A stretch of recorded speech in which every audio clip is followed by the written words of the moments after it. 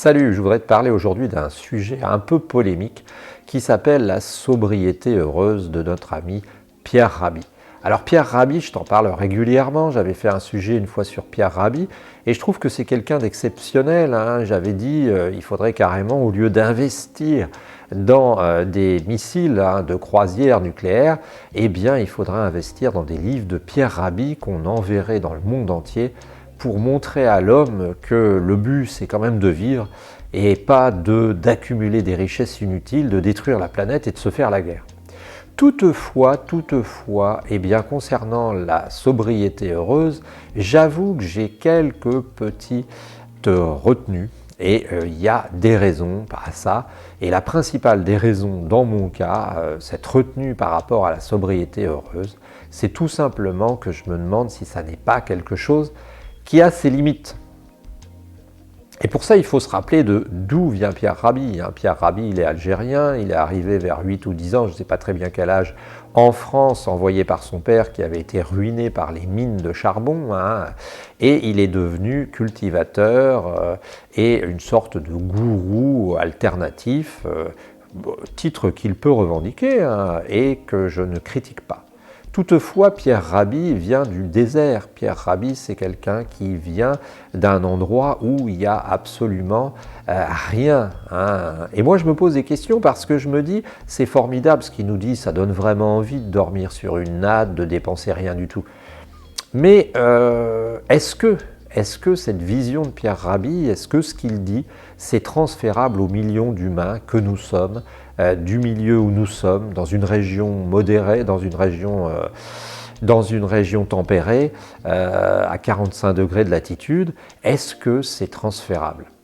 Et moi je dis je ne sais pas. Je dis je ne sais pas parce que je ne sais pas si la sobriété heureuse est, on va dire, comme un vaccin injectable à tout le monde en ville et injectable à tout le monde dans tous les milieux. J'avoue que je me pose la question, j'avoue que je me demande. Moi, tu vois, je viens d'un milieu moyen, je viens d'un milieu de français moyen. Mon père et ma mère étaient fonctionnaires, donc ils n'étaient pas des notables. Et j'ai toujours vécu avec cette idée, tu vois, d'économiser, d'avoir un livret de caisse d'épargne, de faire attention, de bosser le dimanche et le samedi pour améliorer sa maison, tu sais, tous ces trucs-là. Et je me suis aperçu que finalement, eh bien, avec ces systèmes, avec ces manières de penser, c'était très bien, mais que ça correspondait aussi à une classe sociale. Et moi, j'aimerais bien connaître, j'aimerais bien savoir si les classes sociales supérieures, les CSP supérieures, comme on les appelle, j'aimerais bien savoir si elles pratiquent la sobriété heureuse, sachant qu'on a des chiffres complètement aberrants du genre les 3% de l'humanité qui possède le plus consomment autant que le reste de la planète ou la moitié de la planète. Donc, moi, je ne suis pas en train de te dire de devenir un gros dégueulasse et d'acheter un 4x4. Je ne suis pas en train de te dire d'ouvrir les fenêtres quand tu chauffes ta maison. Je ne suis pas en train de te dire de manger des, je ne sais pas quoi, des fruits exotiques au mois de février. Ce que je suis en train de te dire, c'est oui, Pierre Rabhi a raison sous certains aspects. Oui, ce qu'il dit est très intéressant, d'autant plus que c'est un formidable conteur. Mais toutefois, la question qu'on peut se poser, c'est est-ce que la sobriété heureuse, c'est pour nous tous et est-ce que c'est possible? Est-ce que c'est un modèle qui est possible à transmettre à l'humanité tout entière ou est-ce que ça a aussi ses limites? Et selon moi, ça a quand même ses limites. Ne serait-ce que parce que Pierre Rabhi, en compensation de sa sobriété heureuse, eh bien, met par exemple le fait qu'il habite à la campagne, que de chez lui il voit une douzaine de clochers. C'est vrai, de chez lui il voit sans doute 10, 12 clochers, mais il est dans un endroit superbe. Est-ce que nous vivons tous dans des endroits superbes?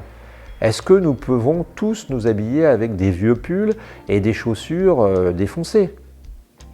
Moi, j'ai pas cette impression. Alors, je voudrais pas jouer l'anti-Pierre Rabhi, je voudrais pas jouer le rabat-joie, je voudrais pas jouer celui qui crache dans la soupe, mais j'ai l'impression aussi que souvent c'est prêché par des gens qui ont une certaine philosophie, une certaine manière de voir les choses, qui fonctionnent d'une certaine manière aussi, et que ces gens-là, eh bien, sont parfois idéalistes. moi je ne sais pas si je t'ai raconté, mais j'avais par chez moi, on était en train de refaire une maison, hein, parce que ça arrive qu'on se donne un coup de main, et il y avait des gens qui parlaient de sobriété heureuse, justement, tu sais, d'économiser l'eau, tout un tas de conneries, enfin conneries, tout un tas de choses intéressantes, mais bon... ces gens-là, eh bien, il est passé un de mes amis qui avait une petite décapotable sympa, une petite voiture neuve, et puis elle était vraiment sympa, sa petite voiture, tu sais, petite voiture de miné, là. Et en fait, eh bien, il y a un moment où ils se sont trouvés à aller chercher du pain. Et ce gars-là, ben, qu'est-ce qu'il a fait? Il a dit, je vais chercher du pain au village. Et c'était ceux qui parlaient de la sobriété heureuse, c'était ceux qui parlaient d'économiser de l'eau et tout ça, qui ont été les premiers à vouloir sauter dans sa voiture pour aller faire un petit tour. Donc ce que je veux te dire, moi, c'est bien de prêcher, c'est bien de vouloir, disons, défendre une église, mais le problème, c'est qu'il faudrait encore vivre comme on le dit ou comme on le propose. Et ça, malheureusement, ce n'est pas toujours le cas. Parce que si avoir l'impression de faire de la sobriété heureuse, c'est de descendre 1 degré de température son chauffage, si faire de la sobriété heureuse, c'est manger des pommes en 2 saisons, c'est peut-être pas seulement la seule chose qu'on puisse faire.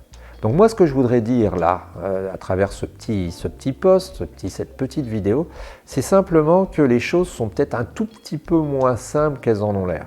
Alors tu sais, Pierre Rabhi, c'est un peu comme ces acteurs de théâtre, tu sais, à l'époque des Grecs et tout, et puis même d'ailleurs quand tu vois des films des années 50, à cette époque-là, les caméras n'étaient pas suffisamment puissantes pour arriver à prendre le signal, ou alors à l'époque des Grecs, eh ben, tu sais, la scène est très loin. Et quand tu t'aperçois, même les Japonais, quand tu les vois dans les théâtres, quand tu t'aperçois qu'ils sont surmaquillés. Et souvent on ne comprend pas parce qu'on n'explique pas aux enfants, aux jeunes, que c'est parce que comme ils sont à 20 mètres de la scène, eh bien pour les voir à peu près avec une bonne carnation, tout corresponde, eh bien on les surmaquille.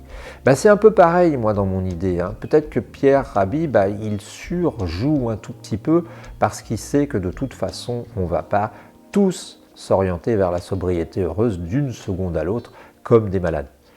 Alors voilà, c'était mon petit bémol sur la sobriété heureuse, hein, parce que souvent c'est bien beau de prôner ça, mais ça a un petit peu ses limites.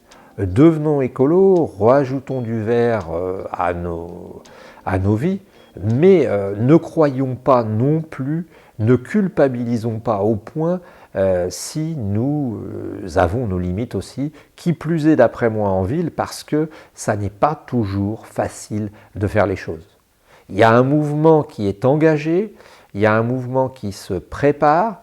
Maintenant, moi, ce que je ne voudrais pas non plus, c'est que certains tombent dans la sobriété heureuse et puis 30 ans plus tard ou 20 ans plus tard se disent « Ah bah ouais, mais ce truc-là, c'était un petit peu un piège à con parce que finalement, moi, j'aime bien quand même avoir une résidence secondaire, j'aime bien quand même prendre l'avion. » Donc je crois qu'il faut faire le point, il faut réfléchir et puis il ne faut pas cesser de se poser des questions, il ne faut pas cesser d'interroger et c'est le but aussi de cette chaîne.